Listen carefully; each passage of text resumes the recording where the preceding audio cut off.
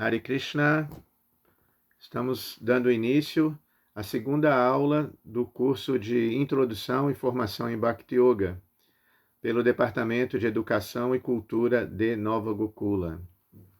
Om Namo Bhagavate Vasudevaya. Om Namo Bhagavate Vasudevaya. Om Namo Bhagavate Vasudevaya. Então, essa aula era para ter sido dada presencialmente no restaurante Gopala Prasada, representando também o Krishna West Brasil, porém, por motivos de força maior, não foi possível, então estamos gravando aqui, transmitindo essa aula.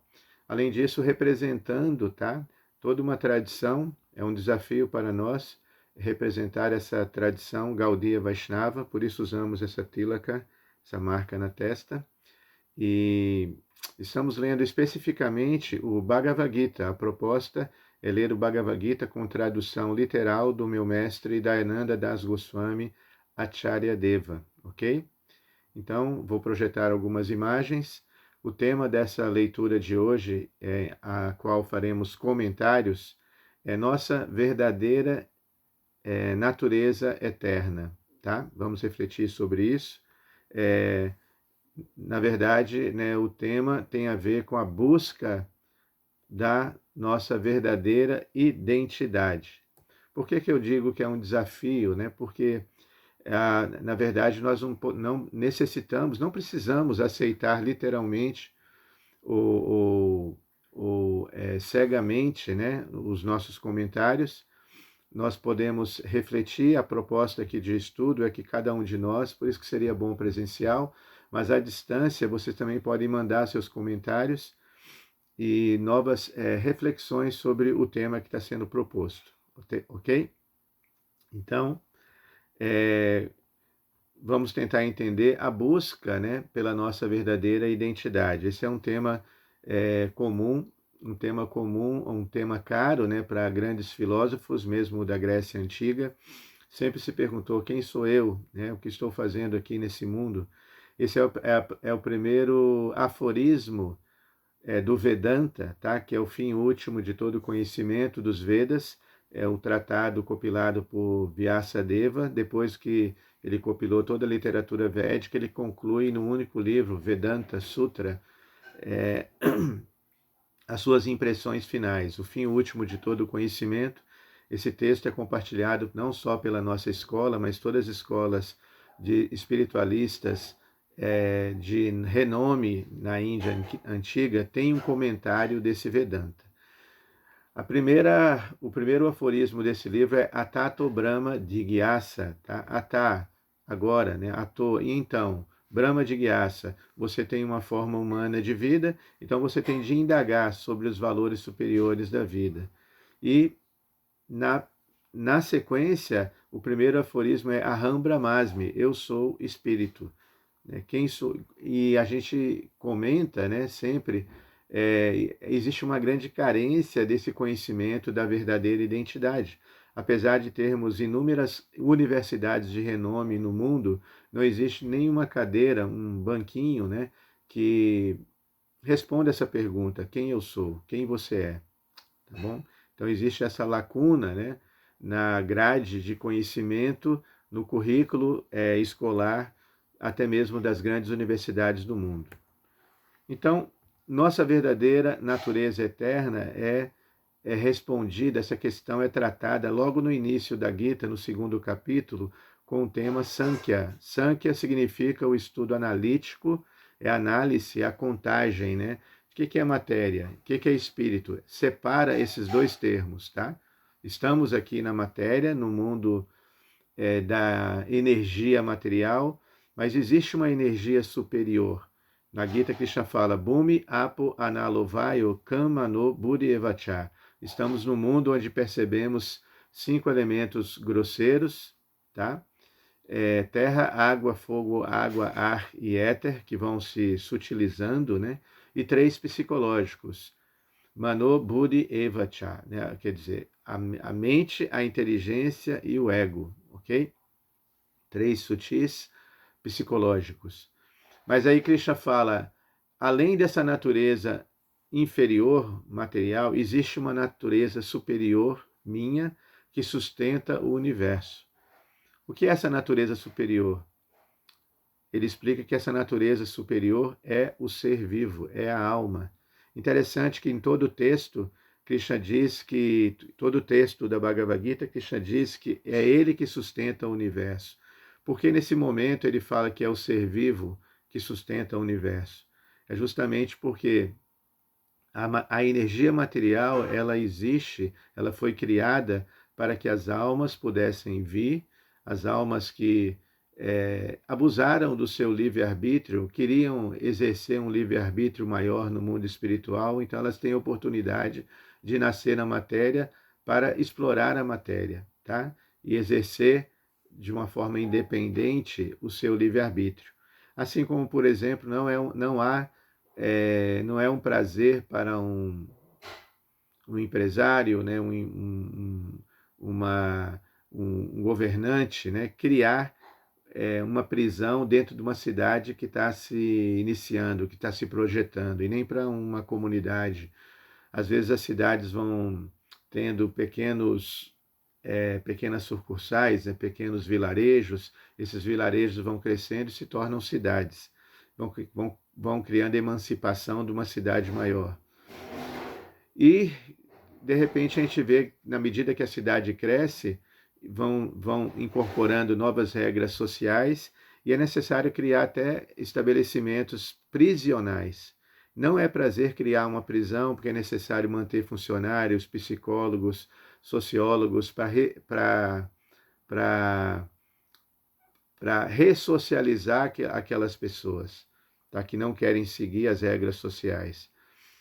Mas é necessário por causa da freguesia. Da mesma forma, não é prazer para Deus criar esse mundo, criar a matéria, mas faz necessário porque existe o exercício do livre-arbítrio dos seres vivos, tá? Então, por isso Krishna diz que a Gita ensina que todo ser vivo neste mundo é uma alma eterna, envolta por um corpo material temporário. Cada alma sempre existiu e sempre existirá como um ser pessoal e individual. Esse é o texto 2.12 na Gita, onde Krishna diz, Natu evaham jatu nasam, natuan neme janadipa. Nunca houve um tempo que eu não tenha existido, nem você, que já está falando para o seu amigo Arjuna, num cenário de guerra, né? Nem você, nem todos esses guerreiros ou reis aqui presentes. Ou seja, nós sempre seremos almas individuais eternas. E para enfatizar mais ainda a individualidade na alma, Krishna fala, Natuan neme janadipa. Nem no futuro nenhum de nós deixará de existir como Dipa. Dipa quer dizer um ser luminoso. Nós sempre seremos almas luminosas, boas, eternas, mas temporariamente caímos nessa prisão, nesse mundo material. Nossa luz fica um pouco apagada, né, por causa da matéria, que encobre, né, a alma pura, e o objetivo é resgatar essa luz. Janadipa. Jana quer dizer gente, Dipa, a luz dessa gente, literalmente. Só o corpo material inicia e termina, pois a alma nunca nasce e nunca morre. A alma é a energia viva superior de Deus, uma parte de Deus, Krishna. E Deus está bondosamente inclinado a cada alma. Veja bem, só o corpo material inicia e termina. Então, Krishna diz, Najayate mriyate va kadatin. Nunca houve um tempo para a alma nunca há nascimento e nem morte. E uma vez que a alma exista, ela nunca vai deixar de existir. Ou seja, a alma é eterna, ajo nitya shashvato purano.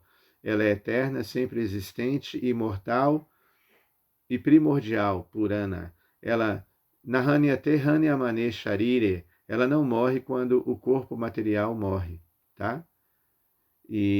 Ou seja, a alma ela é a energia vital superior de Deus, tá? Ou seja, por isso que Krishna diz, além dessa energia material inferior, existe uma natureza superior minha que sustenta o universo. Ou seja, nós somos partes de Deus, partes fragmentárias, assim como uma centelha, a centelha do fogo, fagulhas do fogo fazem parte do fogo maior. E Deus está bondosamente, né, inclinado a cada alma. Tá? Então nós somos partes integrantes de Deus, somos seus filhos eternos, e Ele ama cada alma individualmente. Cada um de nós tem uma relação individual com esse Deus Supremo. Nós somos purushas, ou seja, liberação espiritual não implica em desistir de nossa existência individual, nem em nos fundir em algo impessoal. Em vez disso, retiramos camadas de ilusão e descobrimos o nosso verdadeiro eu. Ao longo da Bhagavad Gita, Krishna se refere à alma como uma pessoa, né, Purusha. Ou seja, sendo pessoas, é impossível nós anularmos, né, ou extinguirmos, né, a nossa personalidade, porque enquanto pessoas podemos concluir que ao contato com outras pessoas nós experimentamos problemas, né, misérias. Uma das misérias, uma das problemáticas de estar nesse mundo é chamada de adibhautika klesha. Adibhautika significa aqueles problemas causados por outros seres. E muitas vezes nem é seres, às vezes a gente dá exemplos de insetos, seres peçonhentos, né, que vêm nos picar, e temos quem vem da cidade aqui para Nova Gokula, eu estou em Nova Gokula, um ambiente rural, às vezes fica incomodado, né, com pernilongos, né, com aranhas, com cobras, mas quem convive aqui se acostuma com esses seres, e quando nós convivemos com pessoas, às vezes com os humanos, percebemos que às vezes é mais problemático lidar com seres humanos, tá? E tudo isso é fruto de personalidades, porque a gente entra em contato com personalidades conflitantes, tá? Com a nossa própria personalidade. Por isso se desenvolveu a filosofia chamada impersonalista. Como eu experimento problemas com a minha pessoa, isso é chamada Adhyatmika Klesha. Átmica quer dizer a nossa mente e o nosso próprio eu, né? A nossa existência nesse mundo como pessoas também é problemática. Então, existe o problema de lidarmos com a nossa própria, os nossos próprios conflitos pessoais e com os conflitos externos também. Então, a meta se desenvolveu uma filosofia conhecida como impersonalista, que diz, então, já que ser pessoa é problemático, então eu vou anular a minha personalidade. E o prazer maior, o objetivo último para alcançar a liberação de toda essa problemática e misérias materiais é se fundir no vazio, anulando, né, completamente a minha personalidade. Porém, logo no primeiro texto que eu li, Krishna disse que é impossível isso. Natu evaham jatunasan. Nunca houve um tempo em que eu não tenha existido. Eu sempre existirei como pessoa, como uma personalidade. Então, não adianta, como vocês verem aí na ilustração, uma pessoa, né, em transe místico, num trânsito, tá, se preparando para morrer, né, para se suicidar. Tem certas linhagens que acreditam até nesse absurdo de que eu vou morrer, eu vou anular, né, a minha vida aqui e o prazer eu vou conseguir na próxima existência. Isso é uma grande falácia, tá? Isso não é corroborado aqui, não é aceito nos textos da cultura filosófica, teológica, védica, ok? O corpo. Um corpo material em contínua mudança cobre a alma. Atribui-se ao antigo filósofo grego Heráclito ter dito que não se pode entrar duas vezes no mesmo rio, já que suas águas estão constantemente a fluir. Podemos também dizer que não se pode respirar duas vezes no mesmo corpo, já que ele está sempre em fluxo biológico. O corpo é o campo em que encenamos nossa vida. Nós, almas, somos as testemunhas desse campo. Então esse é um capítulo muito importante, capítulo 13 da Gita, onde Krishna fala sobre a natureza verdadeira, né, do corpo, que é o campo de atividade. Então vou ler aqui o texto 2 do capítulo 13.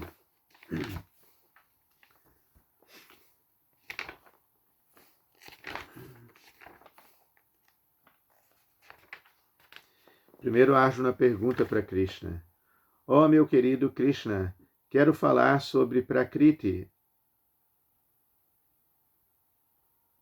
natureza, Purusha, o desfrutador, o campo e o conhecedor do campo, e sobre o conhecimento e o objeto do conhecimento. Na verdade, Arjuna fala, eu quero saber sobre isso. Então a Suprema Personalidade de Deus responde: este corpo, ó filho de Kunti, chama-se o campo, e quem conhece este corpo chama-se o conhecedor do campo. Verso 3, Krishna diz: ó descendente de Bharata, você deve entender que em todos os corpos eu também sou o conhecedor, e que compreende este corpo, o seu conhecedor, chama-se conhecimento. Esta é minha opinião. Então, esse é um capítulo muito importante para a gente entender a natureza, o desfrutador e a nossa própria consciência. Então, nós, assim como, por exemplo, ao tomar banho de rio, a gente sabe que o rio são águas, assim, é um milagre, né? Que a gente vê fontes inexauríveis de água sempre correndo, sempre passando. E você tomando banho no rio, um dia, no outro dia, ou depois de algum instante que você volta no rio, a água não vai ser a mesma, vai ser uma água diferente. Da mesma forma, nós nunca vamos respirar o mesmo corpo, porque o corpo está sempre mudando, está em constante mudança, tá? O corpo é o campo, né, em que encenamos a nossa vida.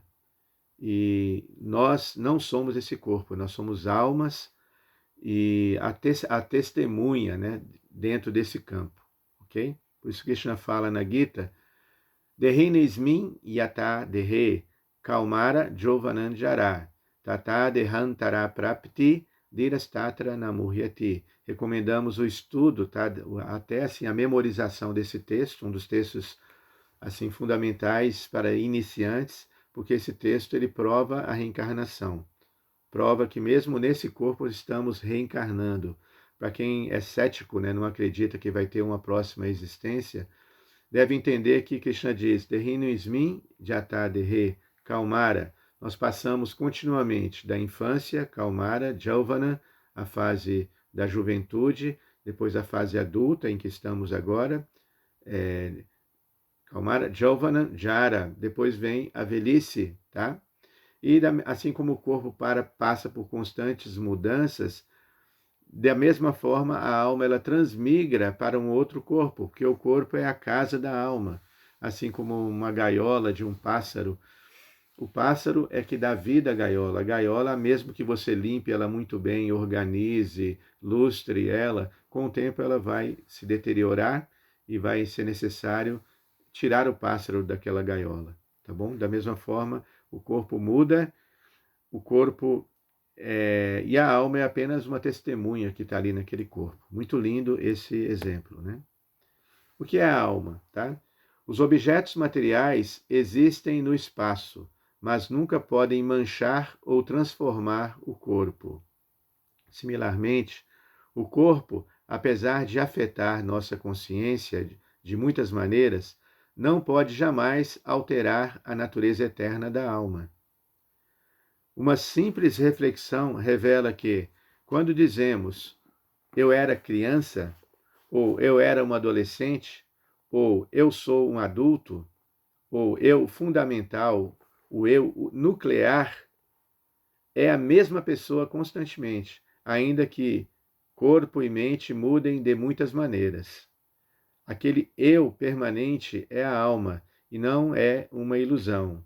Pelo contrário, a ilusão ocorre quando identificamos o eu com um corpo mortal, mutável, em vez de com o nosso verdadeiro eu eterno.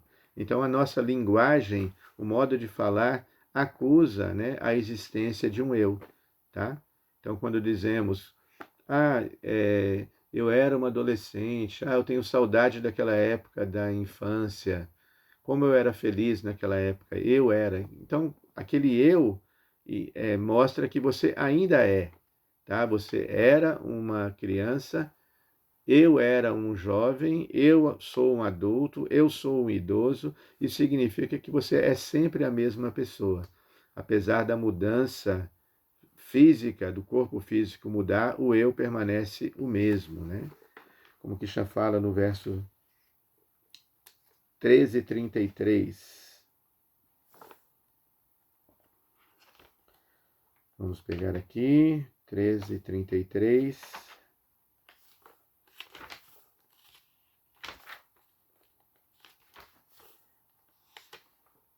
13:33.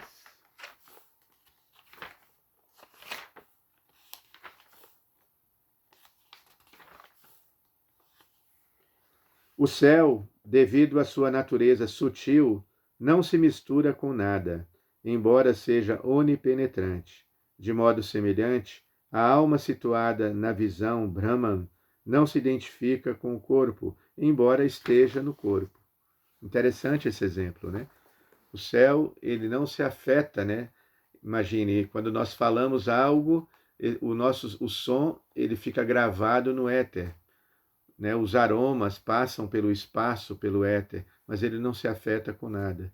Da mesma forma, a alma não se afeta, não é abalada por estar no corpo, situada dentro desse corpo material, ok? O ciclo. Ao completar o nosso mandato num corpo, entramos em outro, assim como um indivíduo abandona roupas usadas e veste outras novas. Esse é o verso 2:23 da Bhagavad Gita. Vasansi Jirnani Yata Vihaya. Navani, Navani, Navani 2:23. Alguns versos a gente consegue lembrar de cor, mas outros ficaram no esquecimento. 2:23, está bem aqui. 2:23. Esse é o 2:22, na verdade, que eu estava citando, né? Vasansi Jirnani Yata Vihaya Navani Grinati Naro Parani Yata Sharirani Vihaya Jirnani Aniani Samyati Navani Dehi. Assim como alguém veste roupas novas, abandonando as antigas, a alma aceita novos corpos materiais, abandonando os velhos e inúteis. Agora o 2:23. Nainan Tindanti Shastrani, Nainan Dahati Pavaka, Nachainan Kledayanti Apo, Nashoshati Maruta. A alma nunca pode ser cortada em pedaços por arma alguma, nem pode ser queimada pelo fogo, ou umedecida pela água, ou definhada pelo vento. Só uma pessoa excessivamente obcecada, né, por moda se angustia com a perda de uma mera camisa. Então, olha só, para corrigir, que talvez esse texto citado aqui, gente, dessa passagem do slide, tá? O ciclo pode estar errado, tá? Não é o 2:23, é o 2:22, tá? Porque aí cria essa concordância com o tema, tá? Que é a questão da roupa, tá? Só uma pessoa excessivamente obcecada por moda se angustia com a perda de uma mera camisa ou vestido. Então, em ilusão, perdemo-nos em aflição pela inevitável mudança de corpo, ao nos esquecermos de que o corpo apenas veste a alma eterna. Ok? Às vezes tem, por exemplo, o caso de uma amiga que ela conta a história de uma parente, né, que morou muitos anos nos Estados Unidos e quando volta com muitas caixas, né, de roupas antigas, de 40 anos atrás. Então tem gente que é assim, né, tem aquele guarda-roupa e fica assim apegada, né, aquelas roupas. Tudo bem, às vezes tem pessoas que são muito cuidadosas, né, e tem aquele zelo pela roupa, cuida e e consegue manter, né, aquele acervo de roupas por tanto tempo. Porém, quando existe assim aquele apego excessivo, isso é problemático para a sua psicologia. E o que acontece? Esse apego pode se refletir no próprio corpo material, que é aqui comparado como a roupa da alma. Assim como a gente naturalmente, a gente usa uma roupa por um tempo e trocamos por outra nova, da mesma forma, é, a alma ela tende a aceitar uma nova roupa, né, depois de um tempo, ok? E dispensa outra, o corpo que fica como a roupa velha. Roupa velha é problema, assim como um corpo velho começa a dar muito problema, uma roupa velha começa a rasgar, ainda mais se você usa muito, né? Começa a rasgar, começa a se deteriorar de alguma forma, tá bom? Só as roupas de marca melhor é que não deterioram muito, né? A ilusão. À medida que nos esquecemos de nossa natureza eterna e nos aferramos a objetos materiais fugazes, desejos egoístas nos arrastam para a ilusão. Centenas de grilhões de desejos aprisionam as almas que buscam assenhorear-se deste mundo. Esse é o texto 16:12, onde Krishna fala: Jayato Vishaya Punsa Sangasteshu Pajayate. Contemplando, né, os objetos da matéria, nós desenvolvemos apego por eles. Do apego vem a ilusão, tá? A ilusão que é decorrente também do desejo de desfrutar. Mesmo as almas piedosas são atadas pelo trabalho mundano nascido de sua natureza. Ao perseguirmos o materialmente agradável e fugirmos do desagradável, caímos na ilusão da dualidade, já que desejo e aversão nos sobrepujam. Krishna nos adverte para não nos regozijarmos com o materialmente agradável, nem lamentarmos o desagradável. Em vez disso, deveríamos tolerar os dois, pois ambos vêm e vão, sendo meros produtos da percepção sensorial.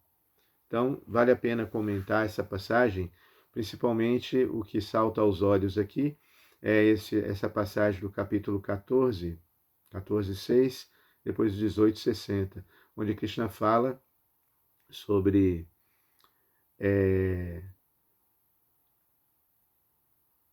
o ato, né, a ação de acordo com a nossa natureza, tá? Então, nós podemos fazer uma análise, vamos refletir aqui agora, convido vocês a refletir sobre essa questão do desejo de interagir com esse mundo e os nossos sentidos, né,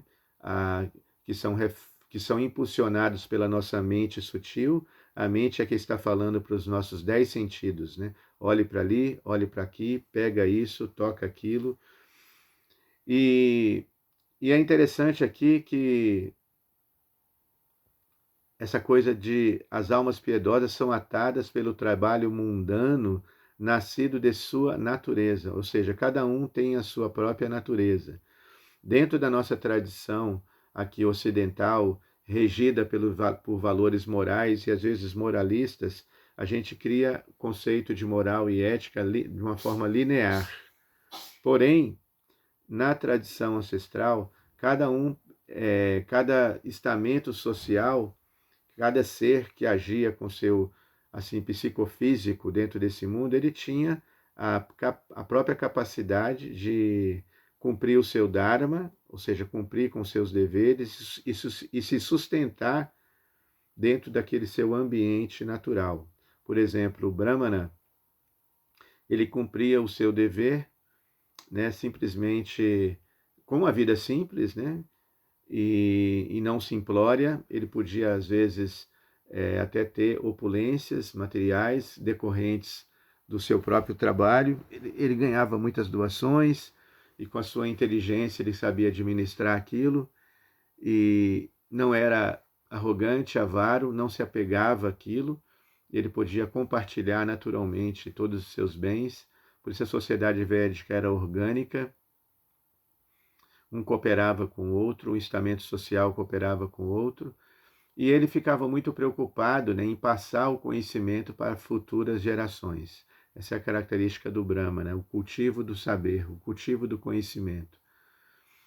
Depois, em seguida, temos os Kshatriyas, os administradores militares, os grandes reis, que tinham o coração mais aberto ainda que o Brahmana, né? O rei, ele abria, né, o seu coração, né? O coração dele tinha a capacidade de amar, né, todos os cidadãos, entendeu? E ele compartilhava, né, a sua capacidade de proteger as pessoas em sua volta, tá? Por isso tinha muitos reis até polígamos, né? Ele tinha a capacidade até de se casar com várias mulheres e compartilhar, né, o seu amor, né, com todas elas. Isso era muito comum na tradição védica. Observando assim, é curioso, salta aos olhos, né, os personagens incríveis, amigos de Krishna no Mahabharata, como Arjuna, né, os Pandavas, e eles tinham essa capacidade, né, de estar assim envolvido com ambientes familiares diversos, modelos de famílias assim muito diferentes do que a gente tem hoje, e ainda assim eles não ficavam iludidos, né, com desejos, tá?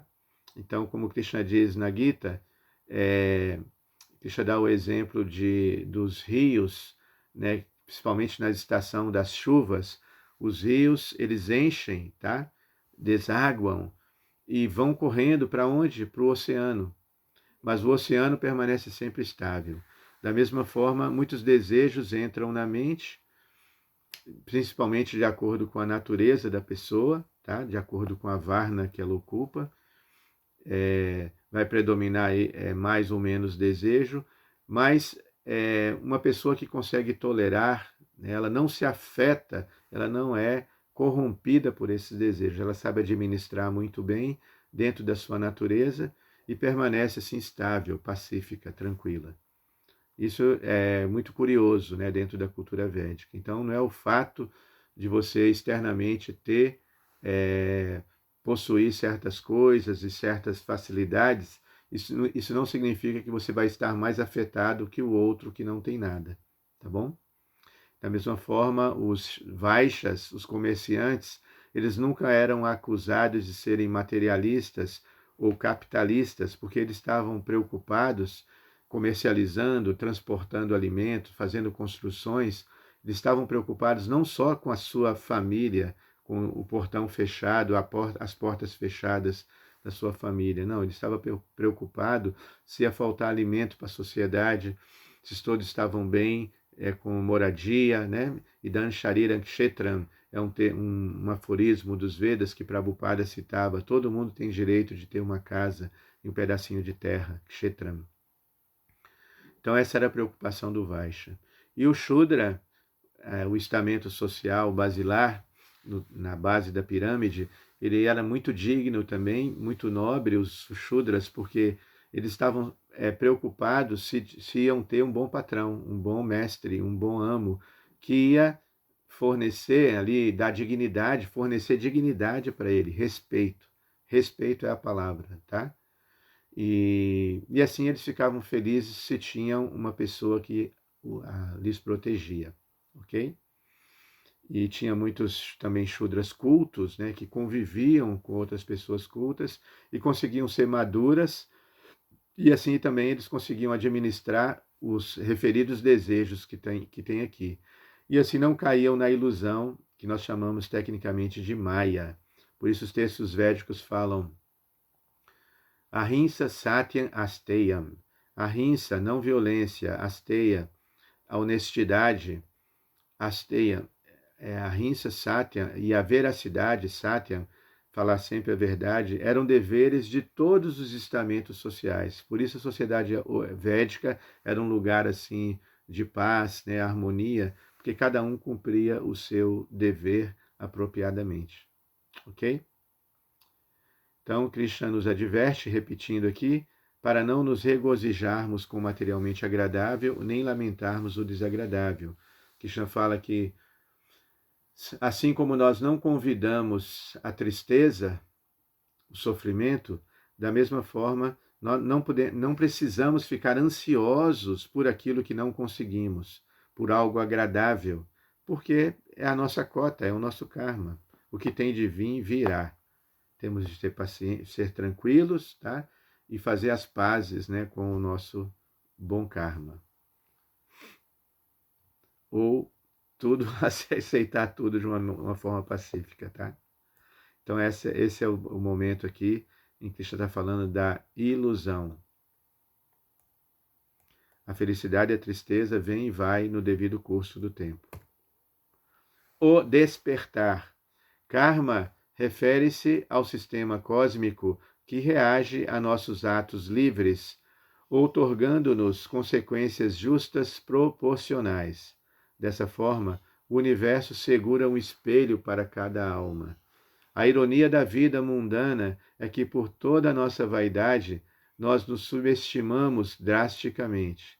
Pensamos que somos mortais, quando somos deveras imortais.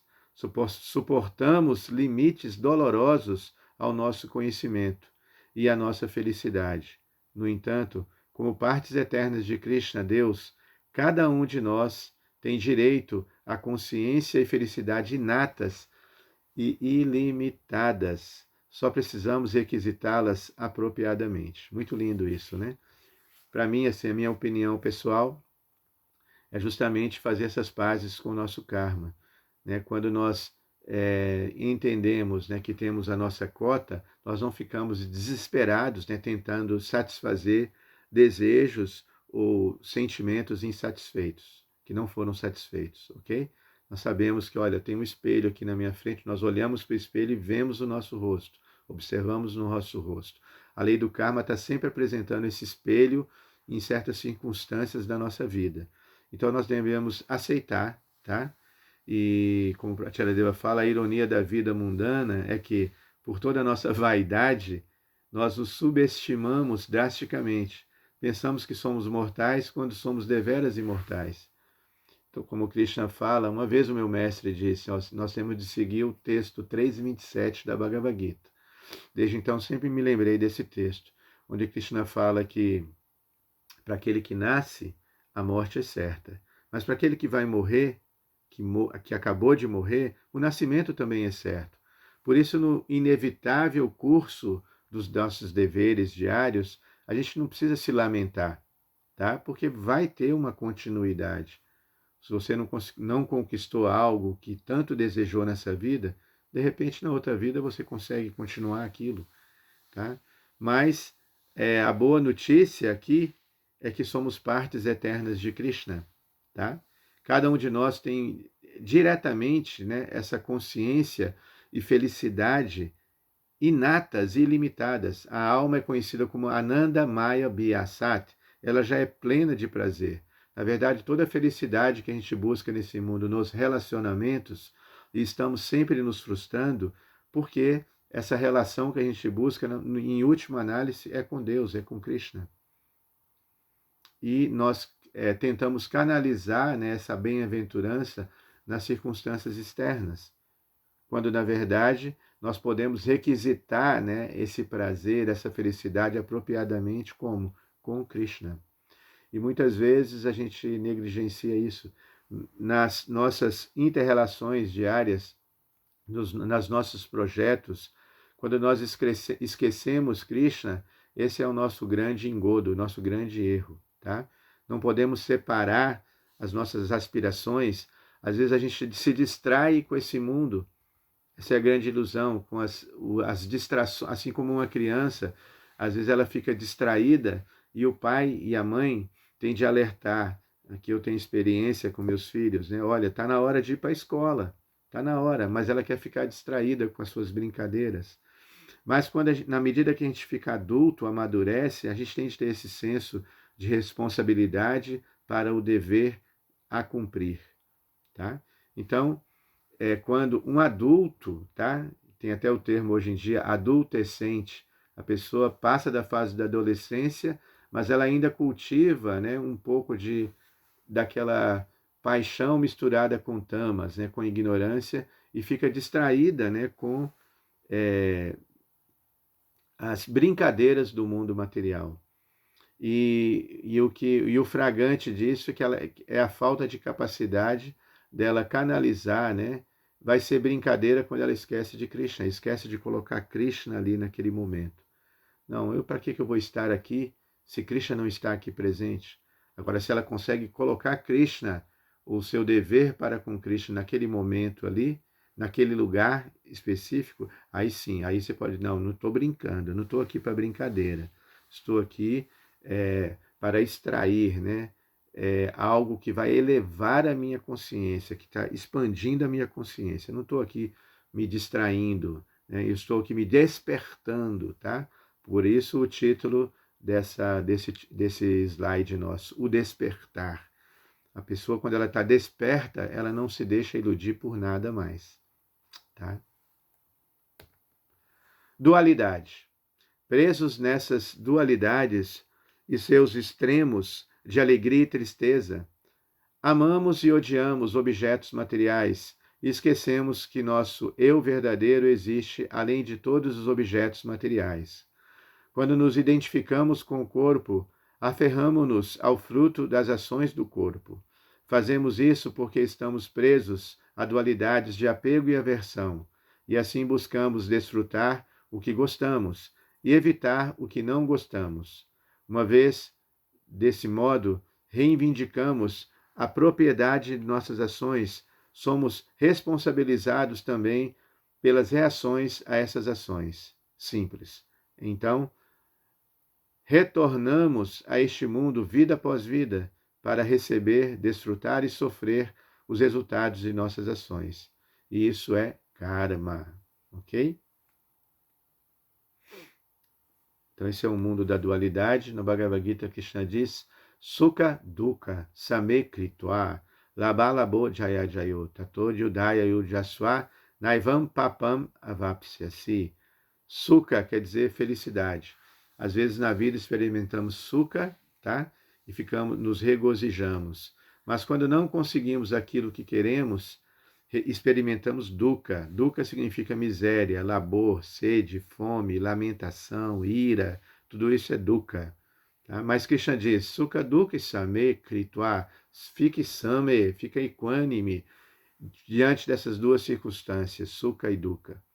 Então, aquele que luta, que trabalha por lutar, sem considerar perda ou ganho, felicidade ou tristeza, vitória ou derrota, agindo assim, ele nunca vai se afetar com a lei do karma, que é traduzida aqui como naivam papam, com pecado. Ele nunca vai ser afetado pelas reações pecaminosas, ok? Nunca vai se afetar com o próprio karma. Cativeiro. Ocupados em tentar desfrutar deste mundo, imaginamo-nos o centro da realidade e tentamos possuir tudo o que desejamos na criação de Deus. Assim caímos na ilusão do eu e meu, egotismo e possessividade. Ironicamente, uma forma negativa de eu e meu surge quando odiamos tudo o que frustra nossos desejos egoístas. Essa ilusória psicologia da dualidade, egotismo e possessividade mantém-nos impotentes a divagar no mundo material sob as leis do karma. Então, eu e meu, né? Esse termo também foi descrito no Bhagavata Purana, onde Rishabhadeva, o grande rei Rishabhadeva, diz Punsa Striya Mituni Bhavam. É uma instrução que ele dá para os seus filhos. Ele era um rei que tinha muitos filhos, e ele se aproximava dos filhos muitas vezes para um debate filosófico. Então ele disse, Punsa Striya. Nesse momento ele está dando educação sexual para os seus filhos. Nesse mundo, Punsa, machos e fêmeas, Punsa Striya, né? Punsa quer dizer macho e Striya fêmea. Todos os seres, Punsa Striya Mituni Bhavam, todos são atados por Mituni Bhavam, pelo desejo, pela atração sexual. Punsa Striya Mituni Bhavam etam tayomrito ridaya granti ahu. E esse apego gera o Hridaya Granti. Rida, coração. Granti quer dizer um nó. Então, esse apego gera um nó nos corações desses casais. E isso é refletido externamente como ato griha ksheta sutapta vitai. Ato quer dizer agora que meu coração se amarrou. Griha, eu preciso de uma casa. Griha, kshetra, se possível, uma casa própria. Kshetra, numa propriedade. Suta, depois vem os filhos, apta parentes e vitae, uma conta bancária. Esse é um ciclo natural, né? Tem muitos poetas brasileiros, tem uma música do Belchior que ele fala: apesar de termos feito tudo que fizemos, somos os mesmos e vivemos como os nossos pais. O Bhagavatam fala sobre também, Vyasadeva, Shukadeva Goswami fala um termo, Griheshu Grihamedinam. Um Grihamed, um chefe de família materialista, é muito perito em converter outros em materialismo, tá? Porém, dando uma interpretação positiva para esse texto, porque esse texto sempre foi citado, sempre, 90% das aulas que eu já ouvi sobre esse texto foi uma interpretação negativa. Mas vendo a interpretação positiva, a gente percebe que é natural, por exemplo, quando um casal, né, homem e mulher, falando dos humanos, por exemplo, isso também acontece no reino animal, né, quando um animal se encontra, uma fêmea com um macho, existe uma cooperação para construir uma casa e gerar o filho e protegê-lo. Tá? Pai e a mãe participam, né, dessa empreitada. E entre os seres humanos também, um homem digno, né, quando ele se encontra com uma moça e quer se casar, ele banca ela, ele fala, olha, eu quero me casar, eu não quero apenas desfrutar, né, da sua companhia, do seu corpo. Não, vamos nos casar, ele faz essa proposta, né, e ambos podem decidir, né, se vão projetar dentro do coração uma vida familiar ideal. Então, quando dá certo, aí vem Griha, primeiro uma casa, Kshetra, uma propriedade, depois, se for o caso, filhos, porque hoje em dia tem esse modelo de família sem filhos, muitos optam em adotar filhos. Mas é natural, por exemplo, uma conta bancária, é necessário ter dinheiro, né, para manter tudo aquilo, mesmo porque um dos deveres de quem opta por se casar é dana e yagya, promover rituais para o benefício da própria família em geral, também da sociedade, e dana quer dizer caridade. É o único estamento, é a ordem social que mantém todas as outras ordens economicamente, porque existe o brahmachari, né, que tem o dever, né, de estudar, né, basicamente o brahmachari estuda, pratica austeridades, pratica o celibato, né, também, ele se guarda para até o momento do casamento. Esse é o brahmachari ancestral, né? Com 5 anos de idade, ele era treinado na escola Brahmachari Gurukule. É dito que Karmana Manasa Vacha Sarvavastasu Sarvada, que no trabalho, Karmana Vacha, nas palavras, Sarvavastasu, em todas as circunstâncias, Sarvada, em todos os lugares, Maitunantyago, o brahmachari não tinha nenhum contato com o sexo oposto, só o necessário. Tá? Depois ele era treinado assim com um caráter firme e forte para aceitar ou entrar na vida familiar, capacitado, né, tanto o homem quanto a mulher, para viverem juntos em harmonia e, cumprindo os seus deveres espirituais. Tá? E não apenas tentando desfrutar do mundo, como o texto fala aqui, imaginando ser o centro, né, das atividades. Porque realmente, né, tem duas palavras, grihasta e grihamedi. Grihasta quer dizer aquele que entrou na vida familiar de uma forma positiva, consciente, porque apesar dele ter ato griha ksheta sutapta vitae, ter esposa, né, filhos, né, conta bancária e tudo, propriedades, casa, tudo. Janasya Mohoyam, o texto fala, essa é a grande ilusão, Mohoyam, Ahama Mete, se ele ficar pensando em termos de eu e meu, né, como o texto está falando aqui, Ahama Mete, é o ashram que mais possibilita isso, Ahama Mete. Essa mulher é minha, certos contratos sociais comprovam, né? Agora essa mulher tem o nome da minha família e ela é minha.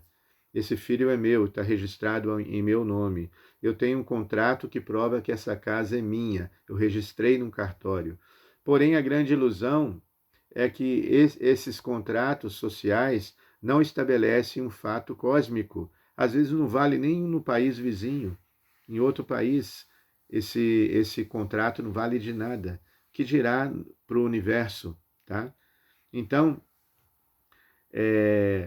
Por isso diz, aham mamete, pensar em termos de eu e meu. Porém, vendo positivamente, se você entende, não, essa mulher não é minha propriedade, ela é uma alma individual, como nós vimos nos textos antigos. Então, uma pessoa que entra na vida familiar com essa ilusão, pensando que, agora essa mulher e eu somos um só, estamos unidos, tá? Num só. É, e, é, e ela me completa e eu completo ela. Não é assim, gente, sabe? Nós já somos completos. Nós temos de entrar nas relações, seja em termos de amizade, nas relações em termos de até nas relações mais íntimas, né, como casais, as relações matrimoniais. Nós entramos nessas relações completos. Só vão dar certo as relações onde as pessoas se sentirem já completas. Tem até uma musiquinha que eu ouvi esses dias, de um autor, acho que não é muito conhecido, né, no cenário da música popular brasileira, acho que o nome dele é Felipe Duran. Ele fala assim: eu procuro me sentir feliz, porque eu não dependo de nada de ninguém, eu não dependo de ninguém. As expectativas nos machucam, não é assim? Eu achei ele muito realista. Então ele fala assim: viva a sua vida e seja feliz. Porque é assim mesmo, né? Às vezes nós não somos felizes porque nós pensamos que vamos nos completar através do outro. Não, mas nós já somos completos. Essa é a evidência aqui desse texto, tá? Que fala essa ilusória psicologia da dualidade, egotismo e possessividade, tá? Agora essa mulher é minha, esse filho é meu, essa casa é minha, mantém-nos impotentes a divagar no mundo material sob as leis do karma, tá? Então não é maia, né, interagir com o mundo, né, interagir com a energia material. Se a gente interage, caminha nesse mundo material com o chão bem sólido, com esse conhecimento bem assim solidificado na nossa consciência, na nossa inteligência, a gente nunca vai cair em ilusão, tá bom? A gente vai estar sempre ligado o que está acontecendo em minha volta, como eu devo agir com respeito e também sendo respeitado e dando respeito a todos em meu redor. A misericórdia. Experienciamos esses estados ou reações numa série de vidas. Deus nunca desiste de nós.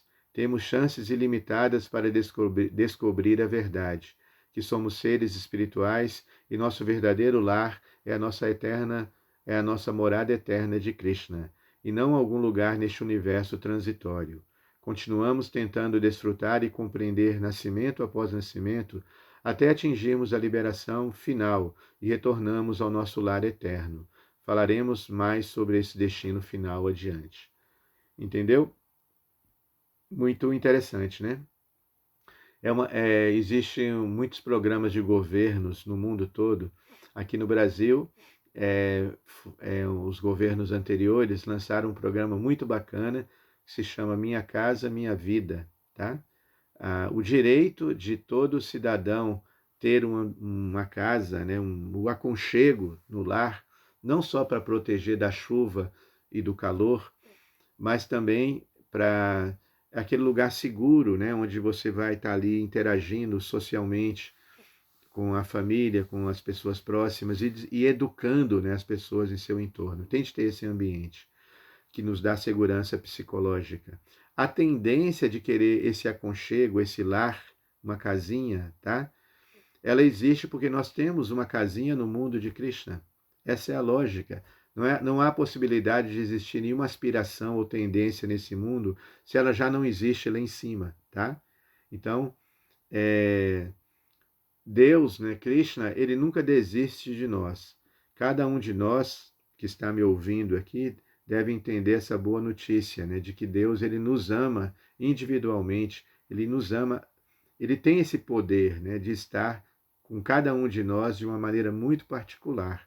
Ele sabe as nossas aspirações, as nossas tendências, ele sabe o que se passa dentro de nós. Às vezes nas relações que temos com amigos, com parentes, né, pessoas próximas, a gente fica assim às vezes estupefado, né? Nossa, eu pensava que entendia essa pessoa, mas não entendo, né? eu também não estou me fazendo, não estou conseguindo me fazer ser compreendido, tá? E a gente se choca às vezes, né? Porque às vezes a gente pensa que conhecia uma pessoa e não conhece nada, tá? Mas Deus, ele conhece cada um de nós de uma maneira muito íntima, tá? Cada segundo de pensamento, ele sabe o que se passa dentro de nós. Ele é conhecido como Avigyata, o nosso verdadeiro amigo desconhecido. Então, nós só temos de estar atentos para ouvir esse amigo que está dentro de nós. Tá? Então, ele nunca desiste de nós. Mesmo vendo que nós cometemos muitos erros, estamos cometendo muitas tolices, ele não desiste de nós, assim como um verdadeiro amigo, mesmo sem compreender bem o outro, ele não desiste do outro. Tá? Ele está ali sempre pronto para apoiar, né, para abraçar, né, a causa do amigo, principalmente nos momentos de dificuldade. Tá? É dito que um amigo, você testa um verdadeiro amigo quando está sem dinheiro, quando está doente, quando está passando por problemas, né, até psicológicos, né?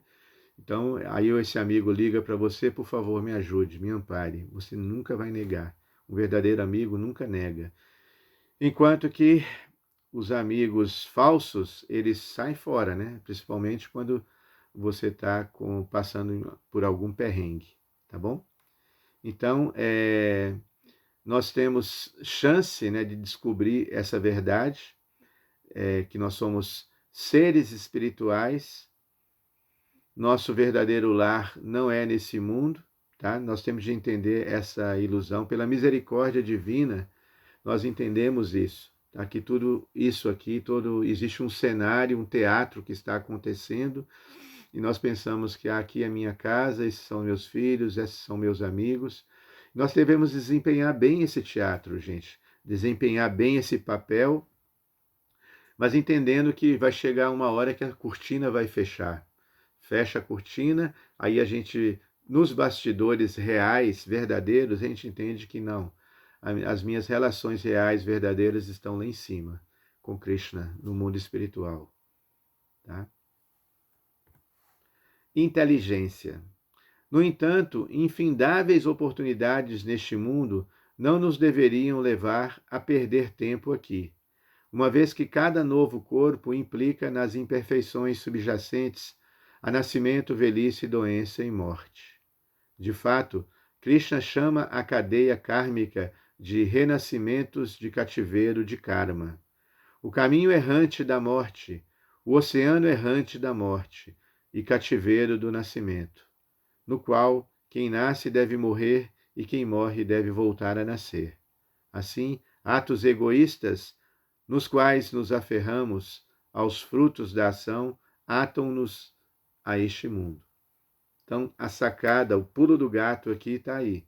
Apesar de estar nesse mundo e ter de cumprir nossos deveres, nós não podemos nos apegar ao fruto do trabalho. Por isso existe essa prática de Karma Yoga, é a prática preliminar de Bhakti Yoga, é onde nos treinamos, né, a dar caridade, a doar constantemente. O ato de compartilhar tudo que nós temos, tá? Não só bens materiais, mas o conhecimento deve estar sempre sendo compartilhado. Jnana, né? Jagyadhana, né? O sacrifício do conhecimento, que é melhor até que o sacrifício de posses materiais. Então é um dever nosso estar sempre compartilhando, entendendo, né, que na hora da morte, qualquer apego, o mínimo apego que a gente tiver, vai nos atar a esse mundo. Então toda a prática da consciência de Krishna é expandir a nossa inteligência, fazendo-nos entender que tudo que está aqui em nossa volta é temporário, tá? É passageiro. Tá? Existe essa cadeia kármica, né, de renascimento e cativeiro do karma. Como Krishna diz na Gita, karma bandhana, esse mundo é o cativeiro do trabalho. E a gente se livra desse cativeiro na medida que nós praticamos esse ato de sacrifício, de doar constante. Tá? Isso faz nos livrar do egoísmo, ok? Inclusive, outro dia eu vi, né, achei interessante, que uma das práticas para as pessoas muito tóxicas, ou às vezes pessoas com problemas de depressão, que é um problema que se vê assim, corrente, e é uma calamidade, né, pública isso, a depressão. 80% de trabalhadores de empresas corporativistas têm esse problema, tomam remédio para depressão. É um momento em que a pessoa está muito centrada em si, né? Uma pessoa que está muito é, assim, se preocupada só com si mesmo, é o autocentrismo, vitimista, uma pessoa que só se vitima, ninguém é culpado de nada, né? Todo mundo é culpado pelos problemas que acontecem com ela e ela não assume nem um pouquinho de culpa por nada. Então, a ideia é que se uma pessoa faz a prática, né, se ela renuncia aos frutos da sua ação e começa a compartilhar o que ela tem, essa é uma técnica, é um método assim infalível para se livrar de depressão. Uma pessoa que sai para distribuir alimentos para pobre, uma pessoa que pega o seu guarda-roupa que está cheio de roupa lá, velha, e até roupa nova, pega, dá uma lavada, até passa, deixa ela bonitinha e sai doando. Doa agasalhos agora no frio, doa cobertor. Isso vai confortar seu coração e livrar você desse egotismo, e ao mesmo tempo é um treinamento para chegar em Bhakti.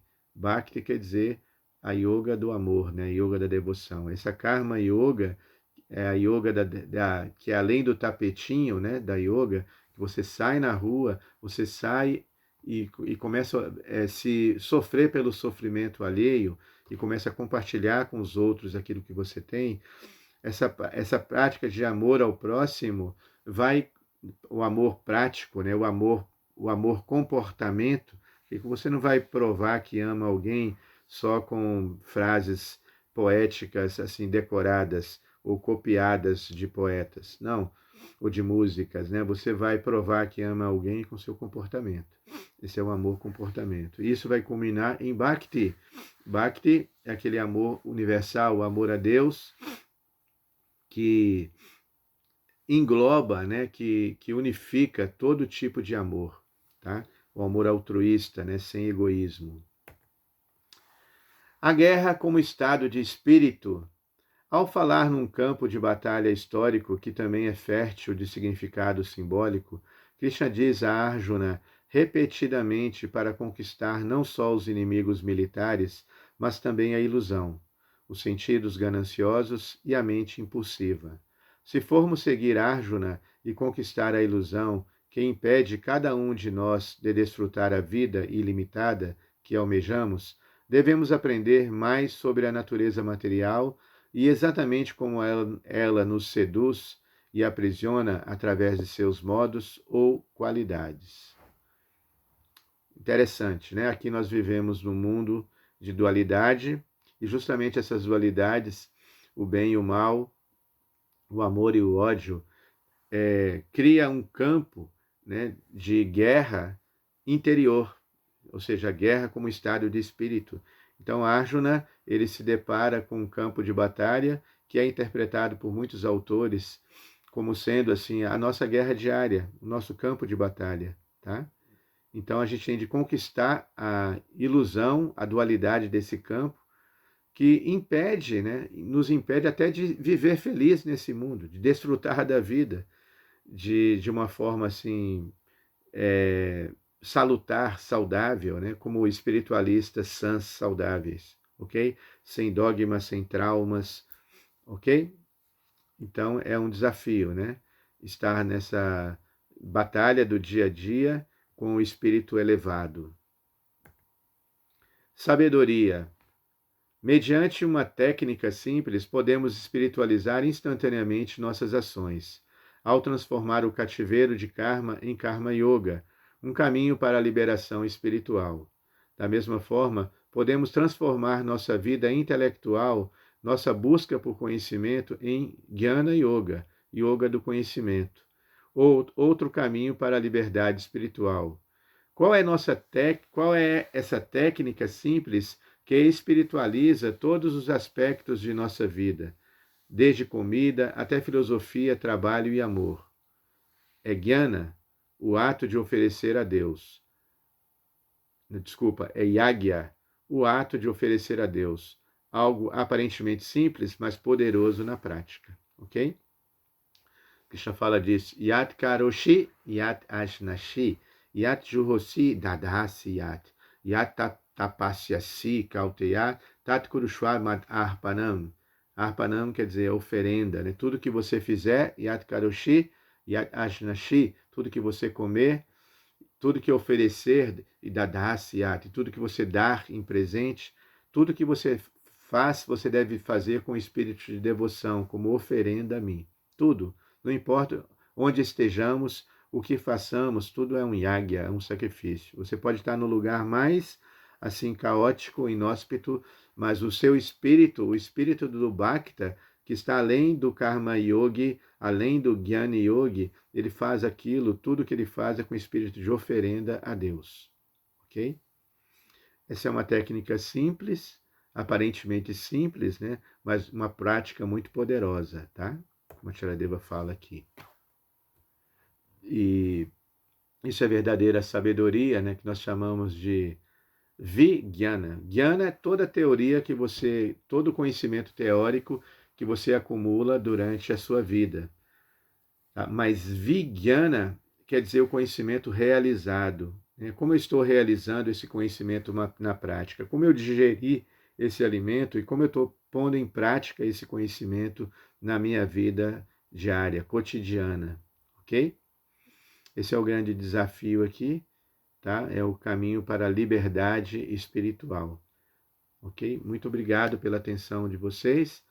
Como eu disse no início, estamos abertos, né, para questionamentos. Vamos ter mais uma aula virtual para discutir, tá, esse tema dessa aula aqui, né, a busca do verdadeiro eu.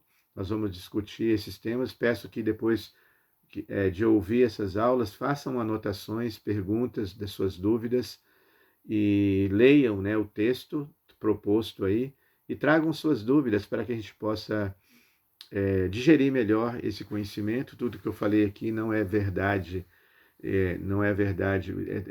Eu trouxe algumas provocações, entendo, com o objetivo de expandir os nossos saberes, tá? As nossas reflexões. Isso é sabedoria, realizar na prática aquilo, não só ouvir e aceitar cegamente. E a nossa próxima aula, tá? Dia 28/5, terá como tema quem é Deus, né? Krishna. Vai ser via Meet. Okay? Muito obrigado pela atenção. Hare Krishna.